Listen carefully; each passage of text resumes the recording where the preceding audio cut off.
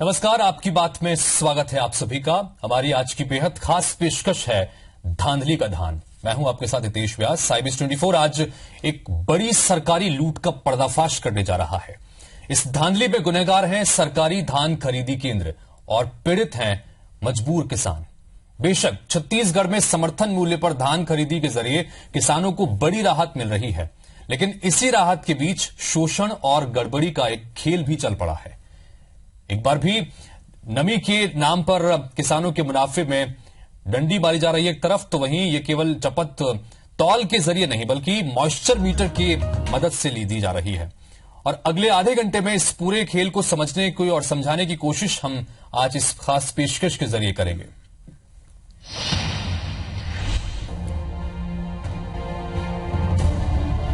सरकारी सिस्टम के अंदर सरकारी कारिंदों के हाथों छले जा रहे हैं छत्तीसगढ़ के किसान। मजबूर किसानों के पास कोई विकल्प भी नहीं है। अपनी आंखों से चुपचाप शोषण झेलने के लिए विवश हैं किसान। सूखत के नाम पर धान खरीदी में मुनाफे का बड़ा खेल जारी है। सहकारी समितियां और मार्कफेड धान में आई सूखत की आड़ लेकर करोड़ों रुपए की अफरा तफरी कर रहे हैं। उनकी ओर से दावा यह है कि खुले में धान रखा होने के कारण उसकी नमी कम हो गई, जिससे धान का वजन कम हो गया। लेकिन आईबीसी 24 की जांच में सच्चाई इससे एकदम उलट निकली। धान खरीदी केंद्रों में किसानों से 40 किलो की भर्ती वाले बारदाने में धान लिया जा रहा है, लेकिन धरसीवा ब्लॉक के जरौदा धान खरीदी केंद्र में धान के बोरे में अंदाजन 300 से 500 ग्राम तक धान ज्यादा पाया गया। धान खरीदी केंद्र जरोदा में जो धान तौलाई कराए जा चुके हैं, हमने उसको दोबारा तौलाया है। यहाँ धान खरीदी केंद्र के प्रभारी मौजूद नहीं है। उनके अनुपस्थिति में लिपिकीय सहायक क्या नाम प्रेम सिंह वर्मा है, इनके सामने हमने वो तमाम बोरों की तौलाई कराई है और इनके सामने ही नतीजे ये आए हैं कि जिन भी बोरों को हमने तौलाई कराया है सब में धान 40 किलो से ज्यादा निकला है। धान ज्यादा किसानों का निकल रहा है, क्या वजह है? आप लोग धान ज्यादा तोलने किसान? नहीं सर, ज्यादा तोलने के लिए नहीं बोले हैं, 40 किलो ही तोलने के लिए बोले गए हैं। लेकिन हमने जितने बोरे की तौलाई कराई है, दोबारा आपके मौजूदगी में तौलाई कराई है, ज्यादा निकला है, क्या वजह है? नहीं बता सकता, क्या बताऊं सर मैं। इसी तरह टिकारी धान खरीदी केंद्र में तौल कर पैक किए जा चुके बोरों को जब दोबारा तौलाया गया तो उनमें भी 800 ग्राम तक ज्यादा धान मिला। सुनिए इस पर क्या सफाई देते हैं खरीदी केंद्र प्रभारी। हमारे सामने जो धान तौलाई अभी थोड़ी देर पहले ही हुआ था, किसान अजय वर्मा हमारे साथ है, उनका धान तौला गया है। उसके धान को हमने दोबारा कांटा कराने की कोशिश की है। आप देख सकते हैं कि धान ज्यादा दिखाई दे रहा है 40 किलो के बाट में, और हम दोबारा उधर से तौलने के लिए 1 किलो का बाट इधर बाट की तरफ रख करके देखते हैं और नतीजा लेने की कोशिश करते हैं। तो इस तरीके से ये 41 किलो धान 40 किलो की जगह तौला गया है। हमारे साथ किसान अजय वर्मा है जिसका ये धान तौला गया है। ये आपकी धान आज तौलाई हुई है, कितना धान आज आपने बेचा है इस खरीदी केंद्र में? मैं 164 कट्टा बेचा हूँ। 164 कट्टा धान आपने बेचा है। ये सामने आपके सामने तौलाई हुआ 1 किलो ज्यादा दिखाई दे रहा है दोबारा तौलने पे, क्या कहेंगे? हाँ, 41 किलो निकल रहा है दोबारा तौलाई में। मनोहर जी, ये धान खरीदी केंद्र में आपके यहाँ 40 किलो की जगह 41 किलो की तौलाई लगातार देखा है। इसके पहले भी हमने करीब 10 कट्टे की अलग अलग तौलाई कराई है। 500 से लेकर के 600 ग्राम, 700 ग्राम, 800 ग्राम, 1 किलो तक का ज्यादा लगातार निकला है। क्या कहेंगे इसके बारे में? अब तौलाई तो हुआ है साहब, देख रहा हूँ मैं, ज्यादा है। पर अब मेरे को भी, मैं तो अब ऑफिस में रहता हूँ, घूमता हूँ फिरता हूँ, हमेशा नहीं रहता काटक तीर में। किसानी लोग रहते हैं काटक नजदीक में। सारा गांव धान खरीदी केंद्र में जो तस्वीर सामने आई वो खुली लूट की तस्दीक करती है। यहाँ भी 40 किलो की पैकिंग वाले बोरे में 1.5 किलो तक का ज्यादा धान निकला। मतलब ये कि 1 क्विंटल धान में 2.25 किलो ज्यादा धान किसानों से लिया जा रहा है। ये जो धान किसानों का आप ज्यादा तौलवा रहे हैं, इसकी वजह क्या है? क्यों ज्यादा? नहीं, वजह तो कुछ नहीं है। क्या हमारे लोग कांटा कर रहे हैं यहाँ पे, हम कांटा करते करते किसी हो जाते हैं। चंद्रिका प्रसाद वैष्णव का कहना है कि ये मिस्टेक हो गया होगा, लेकिन साफ तौर पर समझा जा सकता है कि यदि हम 10 बोरे को तौला रहे हैं तो 10 के 10 बोरे में धान ज्यादा निकला है। एक गड़बड़ी ये भी है कि खरीदी केंद्रों में इलेक्ट्रॉनिक कांटे से धान खरीदी के निर्देश के बाद भी मैन्युअली तौल कराया जा रहा है। इससे आसानी से गड़बड़ी करने का मौका मिल जाता है। किसानों ने इसे खुली लूट करार दिया है। धान को ज्यादा तौला जा रहा है, उसके पीछे भी कारण हो सकता है। क्या है कि धान उठ नहीं रहा है, और नहीं उठने से 15 तारीख का धान है, वो उसमें एक एक बोरे में 2-2, 3-3 किलो सुक्ति आ रहा है। उसको कहीं न कहीं इन लोग मेंटेन करने के लिए इसको कम ज्यादा किया जा रहा है। किसान का घाटा हो रहा है। हम किसान लाए हैं धान, अपना बोरा पकड़ के हम तौल कोती कितना बार तौल कोती देखेंगे? एकड़ पीछे एक ही कारण है कि मतलब 100-150 ग्राम तो ऐसी भी सूखती चला जाता है लेट होने के कारण, और इसी कारण मतलब थोड़ा से फल प्रभारी लोग थोड़ा से ज्यादा झुकाती लेते हैं। ये गलत है सर, किसान का अधिक धान लेना गलत है और शासन के निर्देश की तारीख काटा होना चाहिए, लेकिन ये लोग तारीख काटा नहीं रखे हैं तो शासन के मतलब किसान के पक्षाघात कर रहे हैं। अब तक धान खरीदी में सूखत के नाम पर हर साल करोड़ों रुपए का वारा न्यारा होता रहा है, लेकिन खरीदी केंद्रों का निरीक्षण करने वाले प्रशासनिक अमले ने भी इस लूट पर आंखें मूंद रखी है। ऐसे में ये आशंका सिर उठाती है कि यहाँ जो लूट तंत्र मौजूद है, क्या उसमें कहीं अधिकारियों की भी मिलीभगत तो नहीं। धर्मेंद्र जायसवाल, IBC 24, रायपुर। तो रिपोर्ट को देखने के बाद आपको कम से कम ये समझ में आ गया होगा कि किस तरह से धान की खरीदी में धांधली की जा रही है। एक तरफ सरकार और स्वयं मुख्यमंत्री डॉक्टर रमन सिंह प्रदेश के किसानों का एक एक दाना धान खरीदने की बात करते हैं, तो दूसरी तरफ जिस सरकारी सिस्टम के तहत जिन सरकारी कारिंदों की जिम्मेदारी है कि वो इस धान खरीदी की प्रक्रिया को सही तरीके से निभाएं, वो वहां पर लापरवाही करते हैं या यूं कहें कि भ्रष्टाचार करते हैं, जिसकी वजह से ये पूरा सिस्टम एक तरह से लूट तंत्र में तब्दील हो गया है और किसानों को जमकर ठगा जा रहा है। मेरे साथ मेरे सहयोगी न्यूज रूम से जुड़ रहे हैं धर्मेंद्र जायसवाल, पहले उनके पास चलते हैं, बाकी मेहमानों से भी आपका बाद में तारुफ कराऊंगा, चूंकि हम जानने की कोशिश करेंगे हालात आखिर सुधर क्यों नहीं रहे। धर्मेंद्र, सबसे पहले ये बताइए कि इस पूरी व्यवस्था के चलते जो सबसे मानक चीज है वो है मॉइस्चर मीटर, जिसके जरिए धान की नमी को मापा जाता है। लेकिन मॉइस्चर मीटर में जब आप वहां पर गए, आपने कई चीजों को देखा, मॉइस्चर मीटर में भी आंकड़े बड़े जादुई हैं और बड़े चौंकाने वाले निकल के सामने आते हैं। हम जानना चाहेंगे दर्शकों को, आप सरल भाषा में समझाएं कि आखिर ये जो धान खरीदी की प्रक्रिया जिस मॉइस्चर मीटर के जरिए हो रही है, वो कैसे उसमें खेल खेला जाता है। दो तरीके से इसको समझना होगा। सरकार ने तय किया है कि 17% से ज्यादा नमी जिस धान में होगी वो धान राज्य सरकार नहीं खरीदेगी, किसान को धान दोबारा सुखाना होगा और उसके बाद जब उसकी नमी 17% से कम हो जाएगी तब वो धान खरीदा जाएगा। ये जो धान की खुली लूट खरीदी केंद्रों में हमने देखी है, उसमें मूलतः ये बात है कि धान की जो नमी होती है उसमें लगातार सूखत आती है, धान के उठाव में देरी होने से धान का वजन कम होता है, उसको मेंटेन करने की कोशिश खरीदी केंद्र के प्रभारी करते हैं। हालांकि उनको धान खरीदी के लिए 31 रुपये प्रति क्विंटल का चार्ज मिलता है और आधा % उनको प्रोत्साहन राशि दी जाती है, तो ये एक बड़ी धनराशि सहकारी समितियों को मिलती है। और किसानों की जो अतिरिक्त धान सरकारी केंद्रों में जो लूट के जरिए लिया जा रहा है, वो वहां के जो खरीदी केंद्र प्रभारी हैं उसके भ्रष्टाचार की भेंट चढ़ता है। तो जब पूरी धान खरीदी की व्यवस्था नमी पर आधारित है, तो राज्य सरकार ने एक ये मॉइस्चर मीटर तमाम खरीदी केंद्रों में दिया है ताकि धान की नमी नापी जा सके। ये मॉइस्चर मीटर बड़ा जादुई मीटर है। इस मीटर में धान के जो नमी के जो नतीजे हैं वो खरीदी केंद्र का प्रभारी अपने मुताबिक ले सकता है, उसको कम ज्यादा दिखा सकता है और इससे किसान को कह सकता है कि आपका धान आज खरीदने लायक नहीं है, नहीं लूंगा। ये भ्रष्टाचार की एक राह दिखाता है, भ्रष्टाचार का एक दरवाजा खुलता है। तब किसान चिरौरी करेगा, किसान चाहेगा कि उसको 2 दिनों तक 3 दिनों तक धान खरीदी केंद्रों में पड़ा न रहना पड़े, वो रिश्वत देगा और तब धान उसकी खरीदी जा सकेगी। या तो फिर उसको 3 दिनों 4 दिनों तक भटकना पड़ेगा, धान वहां खोल करके सुखाएगा और तब जाकर के वो धान बेचने लायक होगा, तब वो धान लेगा। हम इस मॉइस्चर मीटर को लेकर के यहाँ बैठे हैं, हम आपको दिखाते हैं कि इसमें किस तरीके से जादुई आंकड़े आते हैं। ये इस मीटर में धान के जो नमी के नतीजे हैं वो हर बार कैसे अलग आते हैं, मैं आपको दिखाता हूँ जी। ये मॉइस्चर मीटर का ये जो सिस्टम है, इसमें ये इसका ये बोल्ट खोला जाएगा, इसके नीचे एक ट्रे होता है, इस ट्रे में ये धान का सैंपल लिया जाता है। हमने ये धान का सैंपल लिया, देखिए आपके सामने, ये आज ही खरीदी केंद्र से हमने कलेक्ट किया है और ये धान का सैंपल लेकर के हम बैठे हुए हैं। मॉइस्चर मीटर भी जो हमारे पास है वो धान खरीदी केंद्र में उपयोग किया जाने वाला मॉइस्चर मीटर है और एक धान खरीदी केंद्र से इसको हमने लिया है। ये हमने धान का सैंपल अंदर डाला है और ये इसका बोल्ट हमने टाइट किया और इसकी रीडिंग लेने की कोशिश करते हैं। ये इसको रेडी करने के लिए अब इसमें पैडी का मॉइस्चर का रिजल्ट लेंगे, देखिए क्या नतीजे आते हैं। ये आपको रीड कर रहा है अभी कितना उसमें नमी है, ये आपको दिखाएगा कि इसमें जो नमी का प्रतिशत है वो कितना है।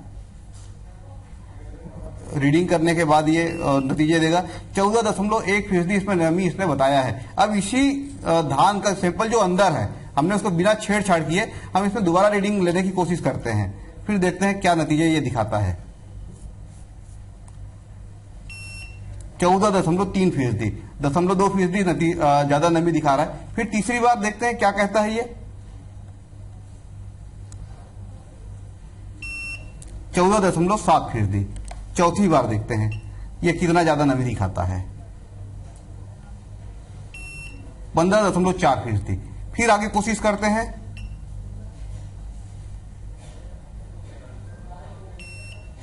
15.8%। अब एक बार फिर दिखाते हैं कि आपको ये कितना नमी दिखाता है इस धान में, 16.2%। फिर से थोड़ा और देखते हैं, 16.7%।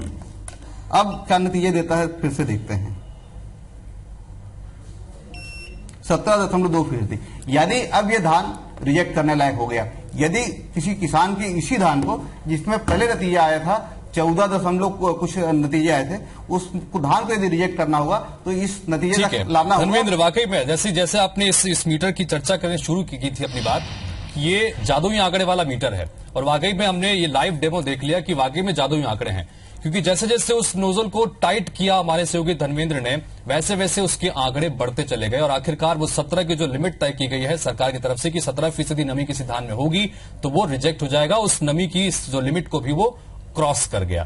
तो ये आप पता चलता है कि कैसे यहां पर खेल खेला जा रहा है। धर्मेंद्र, बहुत बहुत शुक्रिया इस तमाम जानकारी के लिए आपका।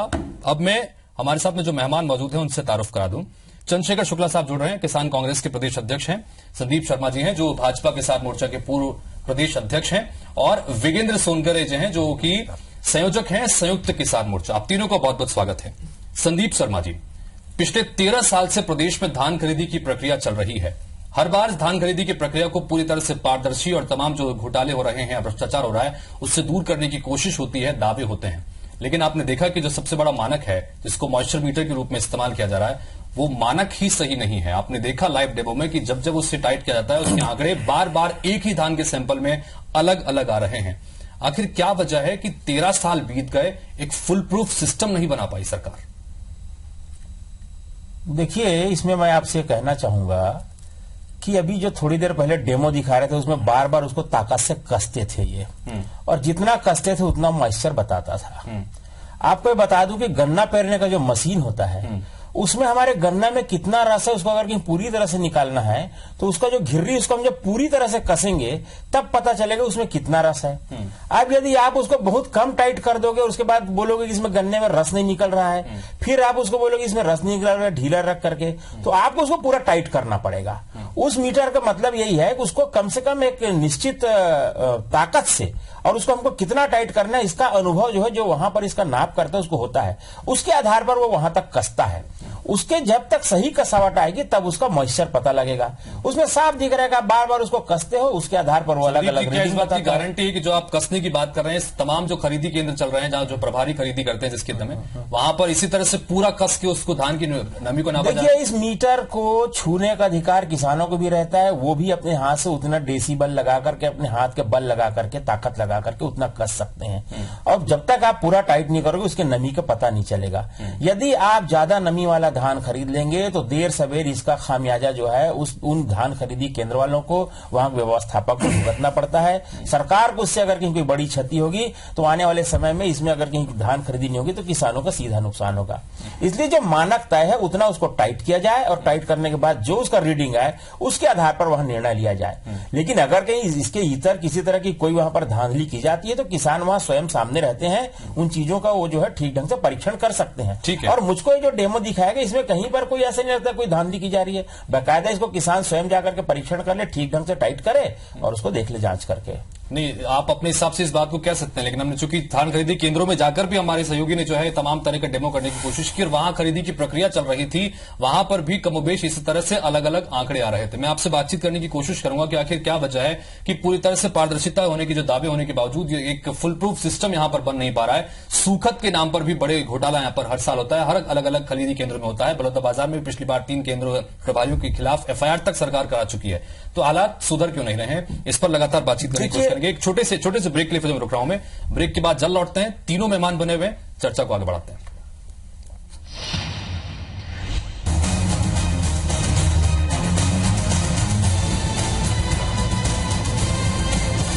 ब्रेक के बाद स्वागत है आप सभी का। बेहद खास विषय पर आज हम बात कर रहे हैं कि छत्तीसगढ़ में धान खरीदी की प्रक्रिया हो रही है, तो इसमें मॉइस्चर मीटर के जरिए हमने देखा कि डेमो में ब्रेक से पहले कि अलग अलग आंकड़े निकल के सामने आ रहे हैं जब एक ही तरह के सैंपल को जब नापा जा रहा है। उसके अलावा दूसरी बात यह भी है कि वहां पर तौलाई पे भी कहीं ना कहीं गड़बड़ी होती है। संदीप शर्मा जी, मैं बाकी मामला के पास जाऊंगा, लेकिन उससे पहले चूंकि मेरा एक सवाल आपसे रह गया था। आपने रिपोर्ट के जरिए देखा कि तौलाई में भी कहीं ना किसी में 800 ग्राम ज्यादा तोला जा रहा है, तो किसी में 1-1 किलो तक ज्यादा तोला जा रहा है। इसके पीछे क्या है? क्योंकि कहीं ना कहीं ये बात लेकर के आती है कि आशंका है कि धान जो है उसमें नमी होगी, तो जब बाद में सूखत बनेगा तो उसको पहले ही जो है धान से ज्यादा खरीदा जा रहा है, तो किसानों का नुकसान तो हो रहा है यहाँ पे। देखिए, इसमें दो बात कहना चाहूंगा आपसे। पहली बात यह कि हम अगर कहीं सिर्फ एक बोरा को 4 लोग मिल करके बहुत आराम से अगर कहीं 8 मिनट 6 मिनट लगा करके तौलें, और यदि 2-2 हजार तौल को अगर कहीं वहां पर के लेबर लोग जब तौल करते हैं, जब बोरा खींचते हैं, तो उसमें दोनों तौल के तरीके में अंतर होता है। और इसके कारण कहीं पर 200-300 ग्राम के जो अगर कहीं बढ़त आ गई है, जो नहीं आना चाहिए, लेकिन इस कारण बहुत लगातार फ्रिक्वेंटली जब काम करते हैं तो ऐसी कोई त्रुटि हो सकती है।